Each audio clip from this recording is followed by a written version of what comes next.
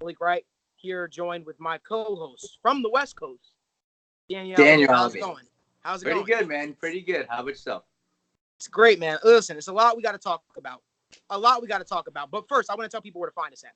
You guys can follow us on Instagram at TWSNet, on Twitter at TWS Sports Network, on Facebook at the Wrightway Sports Network, and always visit us on our website at www.thewrightwaysportsnetwork.com. My personal Instagram is Wright Report. That's WRIGHT REPORT. Always answering questions, getting to know you guys.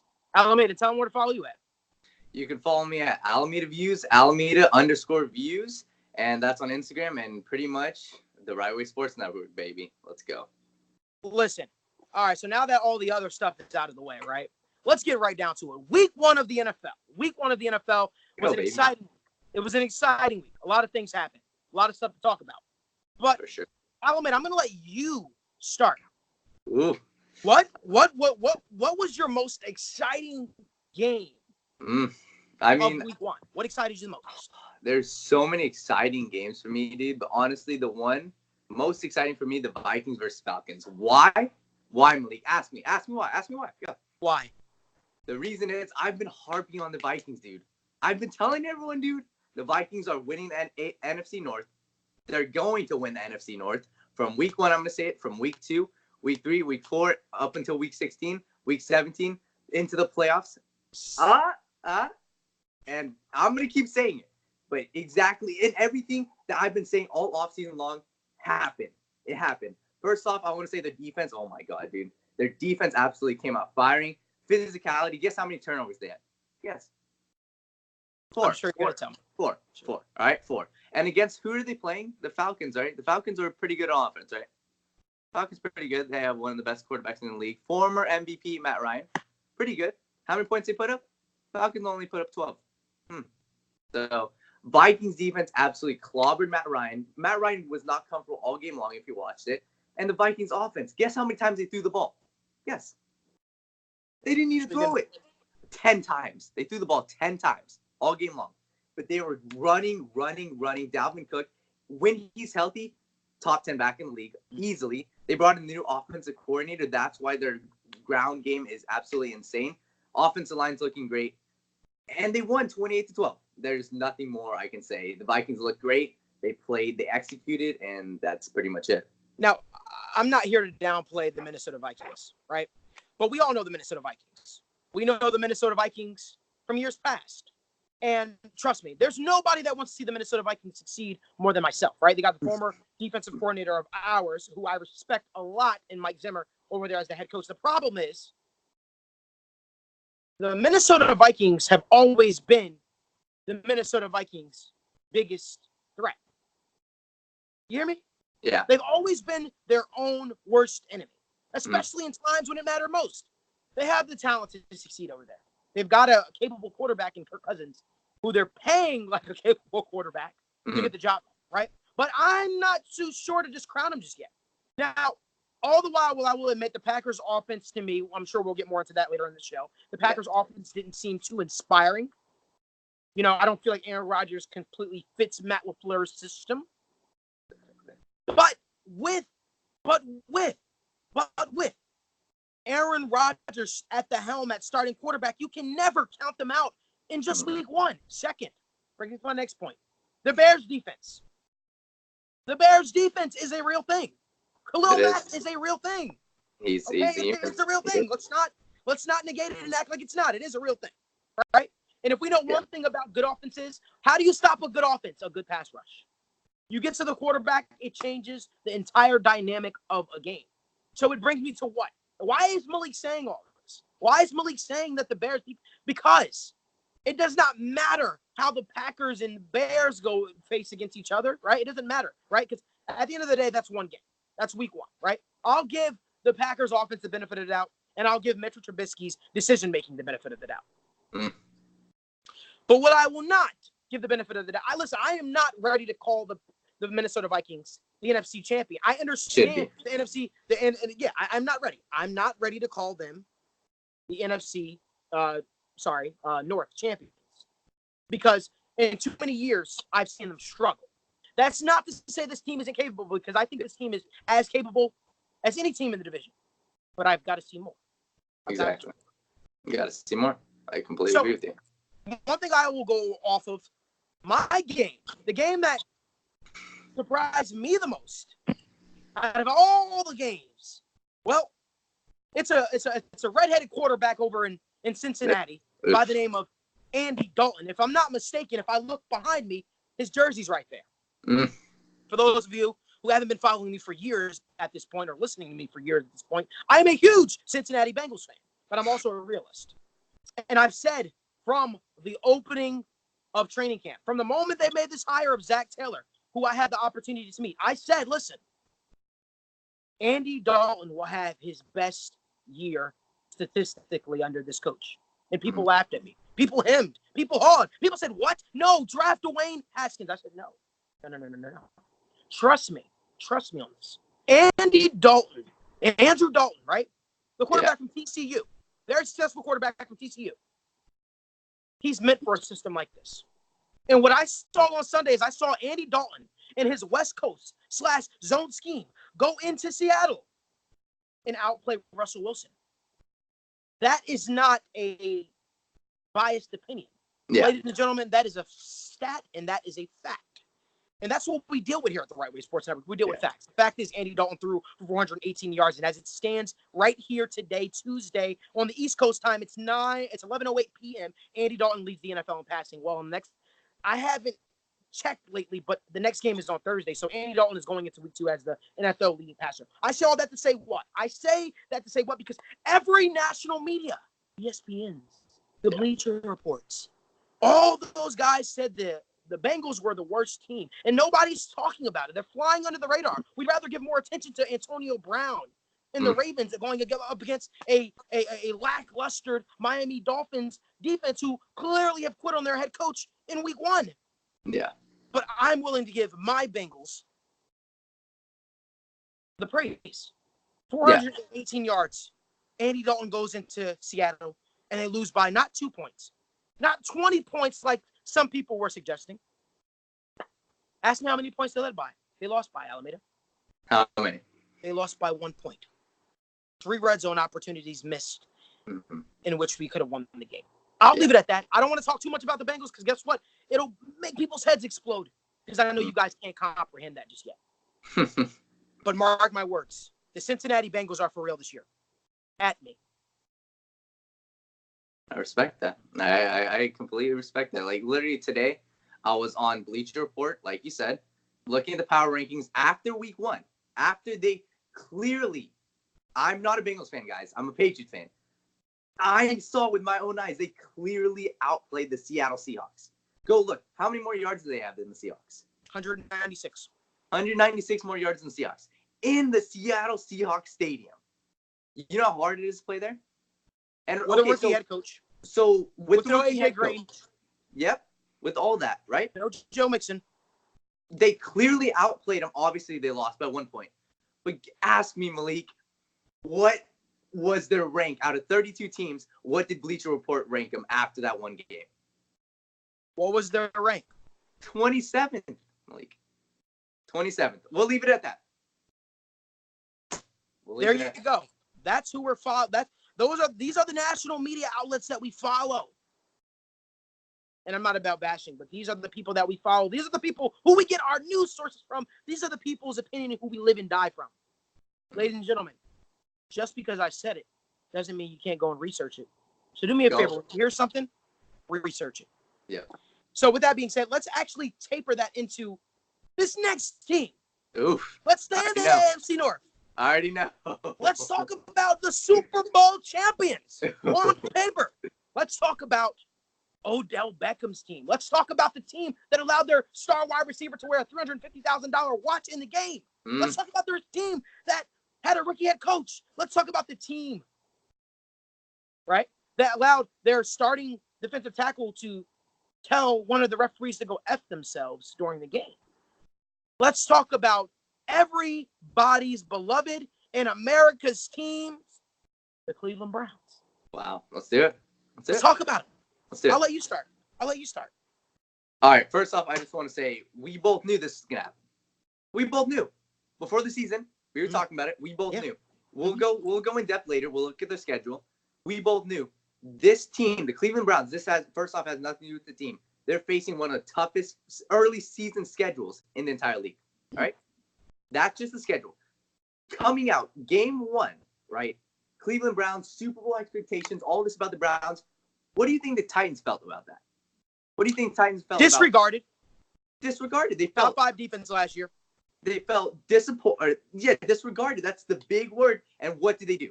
Right away, came in hard nose right to the mouth.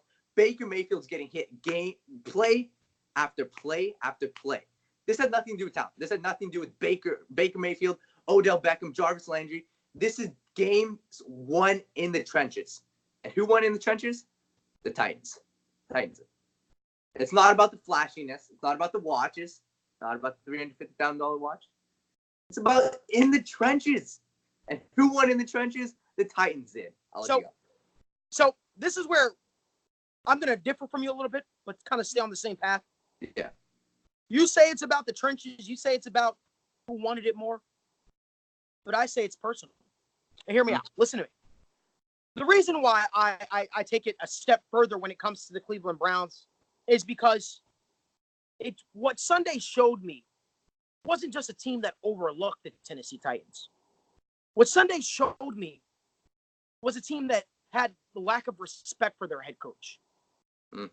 Reason why I say that is to go out and wear the watch, to disrespect the referees, to not clearly execute the game plan that if there was one. What Sunday showed me was a lack of discipline. And for that, I blame Freddie Kitchens and his coaching staff. Remember, guys, we're not dealing with just a rookie head coach. We're talking about Steve Wilks. Who? Steve Wilks. Who? Steve Wilks. Last year, the Arizona Cardinals head coach. Year before that was the defensive coordinator for the Carolina Panthers. One of the hottest head coaching candidates before he took the job with the Arizona Cardinals. Some felt like he deserved to stay another year in Arizona. Then they hire Todd Monken. Who? Todd Monken. Who? Todd Monken. Todd Monken was the offensive coordinator for the Tampa Bay Buccaneers, who had, if I'm not mistaken, either the number 1 or number 2 passing attack in last year's offense, as far as offenses go last year. Then they have Freddie Kitchens, who is supposed to be Baker Mayfield's quarterback whisperer. You take all those ingredients, you ball it up into one, and what do you get? You get an implosion. I've said it time and time and time again. Listen, I don't care how much talent you have. If egos can drive a team under expectations. We've seen it happen. We saw with the Eagles a couple years ago when they had the dream team. Egos. And listen, everybody was talking about the Odell Beckham acquisition. Odell and Jarvis, like LSU again. Oh, blah, blah, blah. The Nick Chubb, Kareem Hunt. Oh, yeah. The David and Joe. The Sheldon Richardson. Oh, everybody was out there talking about the Greedy Williams and all the. Here's what I talked about. Everybody wanted to talk about all the acquisitions they made. And Alameda can tell you guys, I'd rather talk about their offensive line. Yeah, you would. I'd rather talk about the fact that they traded their best offensive line in Kevin Zeitler away to the New York Giants. That's what I want to talk about. Yeah. I want to talk about that a starting left tackle that they clearly didn't have too much regard for, right? They signed him, then they cut him just to bring him back. Listen, let me tell you something what happens when you waive a player. You run the risk of another team offering that player more money, offering that player a bigger contract. Well, why do I say all that? What is he talking about? We're talking about Cleveland Browns versus Titans, right? What I'm saying is the Cleveland Browns clearly didn't think too highly of Greg Robinson as their left tackle because they did cut him right before the Week 1 matchup. Now, they did sign him. But you get my drift, guys? The Cleveland Browns are playing Russian roulette with their offensive line. Right? And they thought that Baker Mayfield's talents, the Odell Beckham's talents, the Jarvis Landry's talents, the Nick Chubb's talents could mask a bad offensive line. Well, let's talk about it. The Cleveland Browns haven't had a good offensive line since Joe Thomas retired. That's my hot take. Proof's in the pudding. I don't give a damn how many stars you got. I don't give a damn how many impact players you got. Your offensive line is trash. So is your team. Oof. Yeah. Another thing I want to talk about. Cowboys. How about them Cowboys? How about them Cowboys? I've got one thing to say, and I never thought I'd say it. Pay Dak Prescott. Thank you. Pay Dak Prescott right now. Thank you. When I wake up tomorrow morning, Dak Prescott should be signed. How serious I am about that. Pay him. And the thing I'm going to tell you, you already know this. It doesn't matter how much they're getting paid. It's like the Cowboys, look at their situation, right? You have a quarterback like Dak Prescott. I think he's a great quarterback. He can win them Super Bowls. I think, again, surround him with talent. And he's proven he can already win. He's a winner. Obviously not to the Super Bowl extent. He's a winner. It doesn't matter how much you pay him. It doesn't. Because what happens? You either overpay for him, pay him $38 million, or you let him go. What happens if you let him go, Malik? What happens if you let him go? You know, they have Zeke, right? Amari Cooper, Jalen Smith, Van Der Esch, Byron Jones. What happens if you let Dak Prescott go? You get, okay, let's say you trade up for the first pick, get Tua, right? Oh, big, good quarterback, right? He's going to take at least 3 years. Any quarterback's going to take 2 to 3 years to get to the level that Dak Prescott is at right now. Do whatever you can to sign him. He's your future quarterback. He's the franchise quarterback. Dak Prescott, pay him. Pay that man. Well, I'm going to tell you this. You got to pay Dak Prescott. Yeah. What he's shown thus far in the league is he can win. Yes. He may not lead the league in passing. He may not break all these stats, but he'll get the job done. He's proven he's a winner. And guess what? What the Cowboys need right now more than ever is a winner. Yeah. I think that's what they got. But I want to transition. I'm going to keep transitioning. I want to touch on some key games so we can then keep kind of expedite this process. Let's talk about the Packers versus the Bears really quickly. I want to get your opinion. Aaron Rodgers and Matt LaFleur's system. Is it too early to say that he doesn't fit the system? Malik, thank you. I love you for bringing this up. I've been saying this all offseason long, right? Yeah. All offseason long. It's just, okay, I'm going to give you guys a little heads up. If you guys didn't know, Matt LaFleur, the way he runs his offense, I could be wrong, right? You can prove me wrong. The way he's been proven to run his offense, it's a playbook. He runs it by the playbook. He runs everything by the script. Who's their quarterback? Aaron Rodgers, right? You've said this. What type of quarterback is Aaron Rodgers? He's an improviser. Improviser, right? What do improvisers do? They improvise, right? Improviser. So an improviser gets put in the system where he gets confined, where he gets compressed. It's like, Aaron Rodgers, you're not running out of the pocket. You're running the ball right here, and then you're going to pass it to A. You're going to pass it to B. You don't get to do any of the extra stuff. What happened on the first drive? What happened in the first quarter? How many yards they have? Negative 14, right? Negative something. First quarter. Come out, second quarter. First drive, what does he do? Runs out of the pocket. Deep ball. Boom. Right. To Marquise Van Scantlin. How'd they score the touchdown? What type of throw was that? That was an Aaron Rodgers throw. He literally threw it up. But he has the knowledge. Aaron Rodgers is a veteran in this league. He can't be confined. And if you're putting Matt LaFleur in this backyard football. Offense, it's backyard football. That's what Aaron Rodgers excels at. It's backyard football. And I guarantee you, we saw Aaron Rodgers' personality. He's going to get what he wants. I guarantee you. And over a 16-game season, do you really think he's going to be able to listen to Matt LaFleur every single game? Well, no. I think it's important to note that here, Aaron Rodgers has been, on record, as people have heard him say, he doesn't like rub routes. He doesn't like pick routes. He likes receivers running their route deep or shallow crosses, the center third, slants, and him getting the ball to him. He likes playing backyard football. He likes the idea of having to move out of the pocket and scramble out of the pocket because Aaron Rodgers has a formidable offensive line. Let's talk about it. He's one of the best left tackles in the game, and David I can't pronounce his last name, but he has a very good offensive line. Let's not act like he doesn't. He always has. He decides to raw the pocket. He decides to scramble around because that's where he's most comfortable, right? So it's like, you got to kind of take the good with the bad. And I think in this type of situation, I think Aaron Rodgers excels when you allow Aaron Rodgers to be Aaron Rodgers. And then Matt LaFleur's system with the rub routes, the pick routes, all these different things, the crosses. And, I don't know if it's going to work. I don't know if it's going to work initially. I don't know if it's going to work initially. I think it's going to take Matt LaFleur doing what Mike McCarthy allowed Aaron Rodgers to do, and that's just beat Aaron Rodgers over time, because that's what's going to win you guys football games. The more you let Aaron Rodgers be Aaron Rodgers, you'll excel. It's almost like LeBron James, right? You can't put LeBron James in a system and expect LeBron James to excel. LeBron James excels at being LeBron James. The only way this offense is going to work is exactly like you said. Matt LaFleur has to hand the keys to Aaron Rodgers. Mm-hmm. Right now, it's 50-50. Right now, Matt LaFleur, he understands. Like, you can say, oh, he's going to let Aaron Rodgers do whatever he wants. That's bullcrap.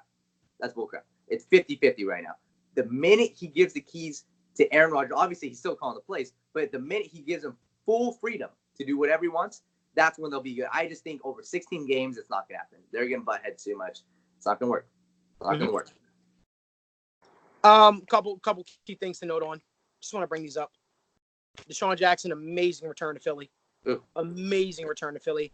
Had him on my fantasy team. Made a lot of fantasy, non-Deshaun Jackson fantasy owners. He broke a lot of hearts on Sunday, and a lot of people thought, "Oh man, didn't have a lot of tread in the tire." Well, he proved you guys wrong. He does. Patrick Mahomes looked good again, playing quarterback. Was kind of worried about his knee injury that he had there in the game. He was able to bounce back. Ankle injury. He sprained his ankle. I'm sorry, his ankle injury. It looked like a knee injury, honestly. Yeah. He looked good, right? He looked good. I want to touch briefly on the Ravens-Dolphins, and then we'll talk about your man over in New England. But let's talk about the Ravens. Let's talk about the Ravens. What were your initial impressions? You see Lamar Jackson have the kind of game that he has. You hear the media and everybody excited. Lamar Jackson threw for 324 yards, 5 touchdowns, 17 completions out of 20 attempts. What were your initial reaction to Lamar Jackson? The media, they see the stats, right? They go out, they see the perfect passer rating. They go out, they see 5 touchdowns, 307 yards, right? Almost perfect. How many? Breaking news. A little bit of breaking news here on the Wrightway Sports Network. Jonathan Abrams might be out for the season. What? Rotator cuff. For the Raiders? Yeah. Oh my God, Jonathan Abrams might be out for wow. Like, look at we're right here on the Wrightway podcast, and we're already breaking news, right? Jonathan Abrams tears his rotator cuff. Looks like he might be missing. And I just got a text from my buddy who works for the Raiders. Yeah, that would suck, dude. Because Jonathan Abrams, from what I saw, he was my favorite player on that team. Hard hitting. He plays 100% every single play. And he's the heart and soul of that team, that defense. As a rookie, we were literally just talking about him. We were literally just talking about him before we went on air. Right before. I know. I've been saying I love. That sucks, dude. But breaking news. Hey, it's pretty cool. Back to the Ravens. Everyone looks at the stats, right? It's more than that. Look at his touchdown passes. 2 of them. One to Marquise Brown. It was a 5-yard slant. Okay, 5-yard slant goes for 50 yards, 40 yards. That has nothing to do with Lamar Jackson being a good passer. His other touchdown, 70-something yard deep ball. What did he do? Marquise Brown took the top off the defense. Guess how many seconds he had in the pocket? Lamar Jackson. He had at least 6, and he had more. And what did he do? He literally flicked it up. Guys, we need to stop overreacting. We need to see him against a good defense, passing-wise. I know he's improved.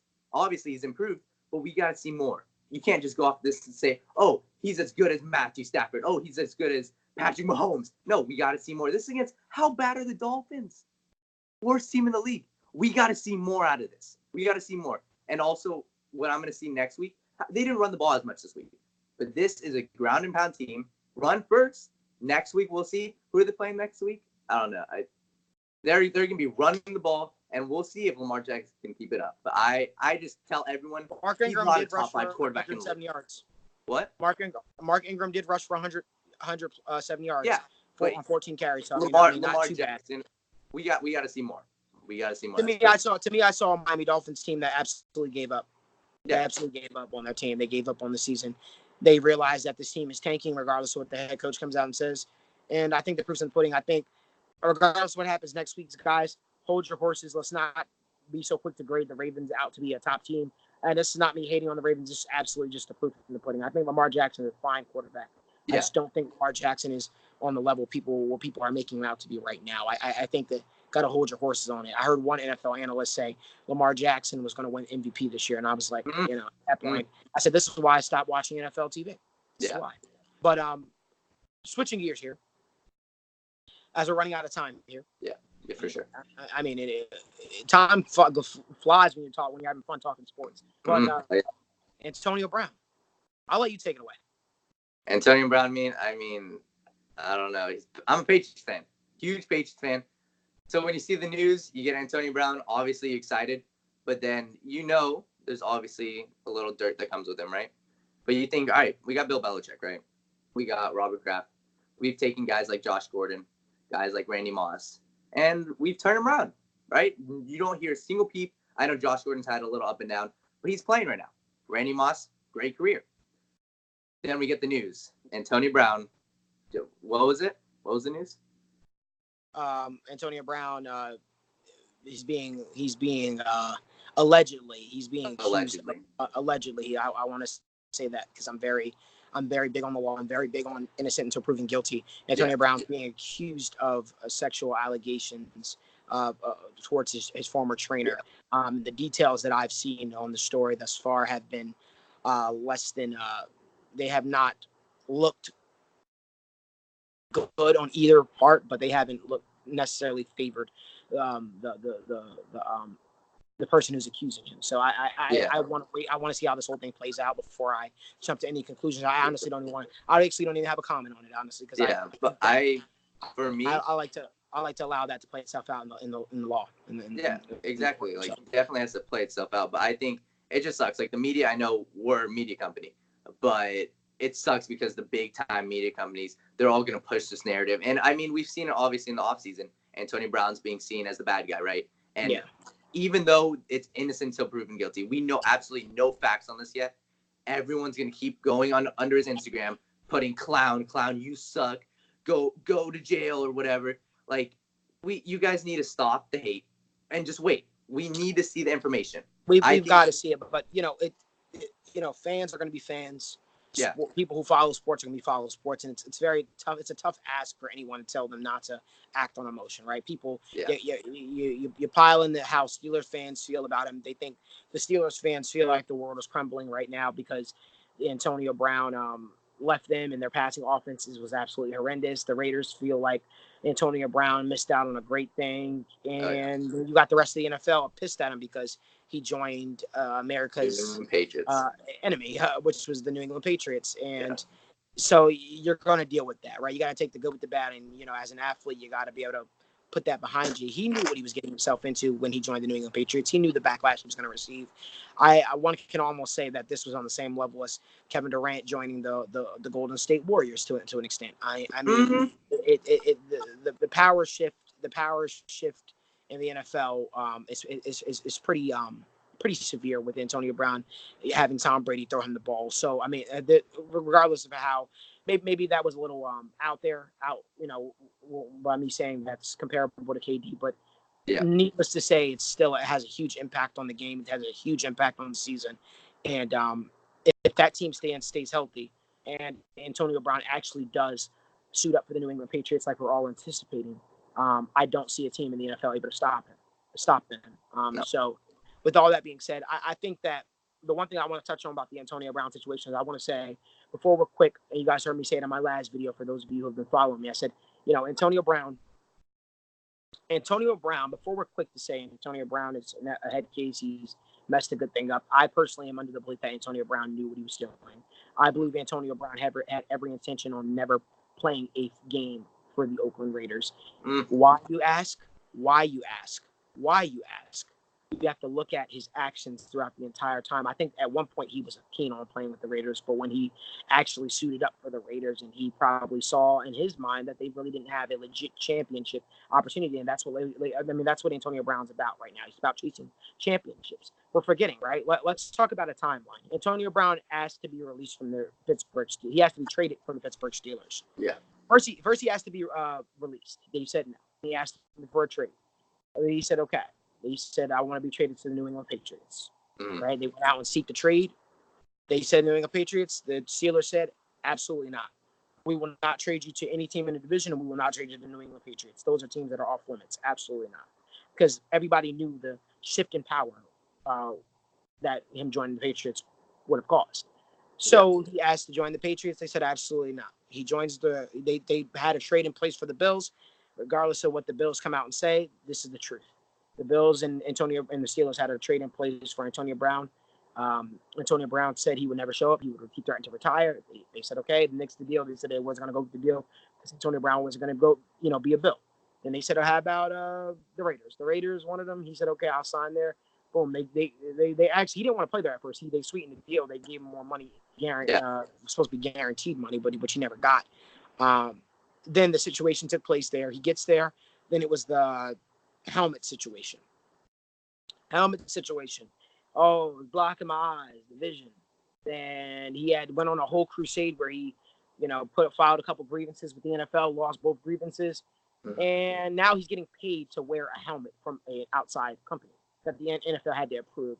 He's getting paid. He's the only NFL player getting paid to wear a helmet. He's getting paid to wear a helmet. It's basically an endorsement, basically. So, exactly.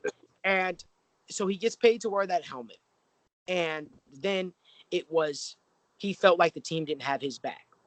Then everything, this is when I think the narrative on Antonio Brown changed when he said he didn't want to play for them, is when they took away his guaranteed money. He was like, okay, well, I don't want to be here. Clearly, you don't want to be a Raider bad enough, because I believe if the New England Patriots take away guaranteed money from Antonio Brown still wants to be a Patriot because he knows the benefit, he knows the positives it could have for his career.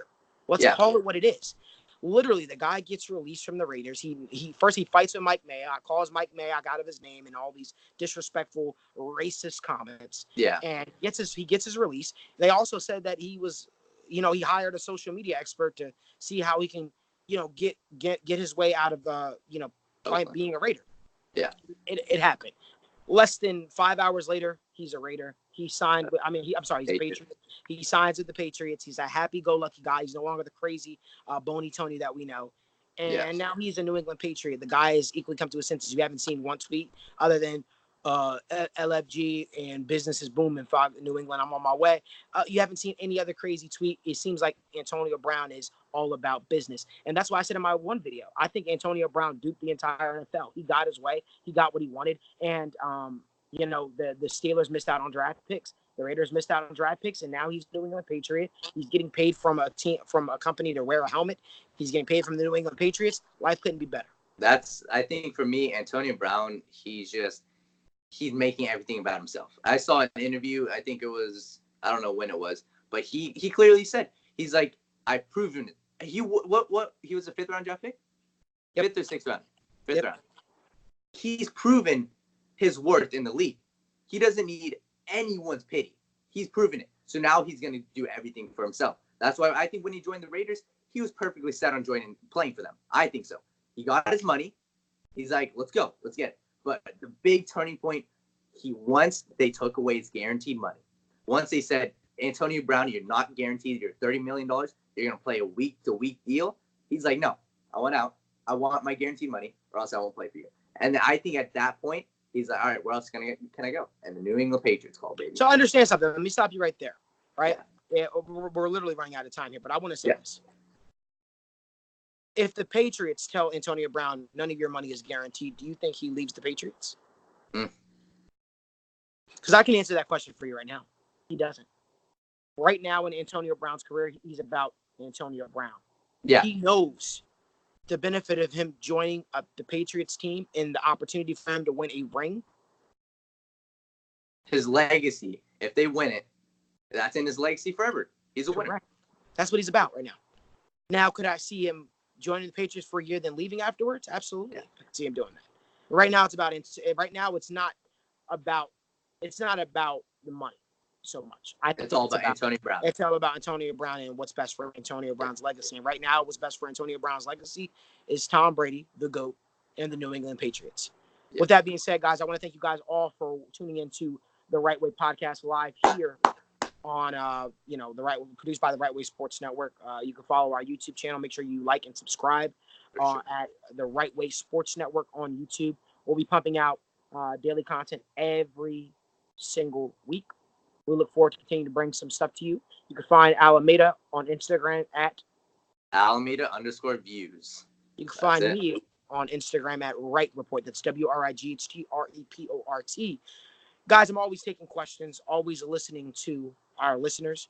And I want to tell you guys, thank you guys for supporting us. Thank you guys for believing in us. Thank you, guys. So we absolutely look forward to this entire year. We look forward Big to things are coming, Malik.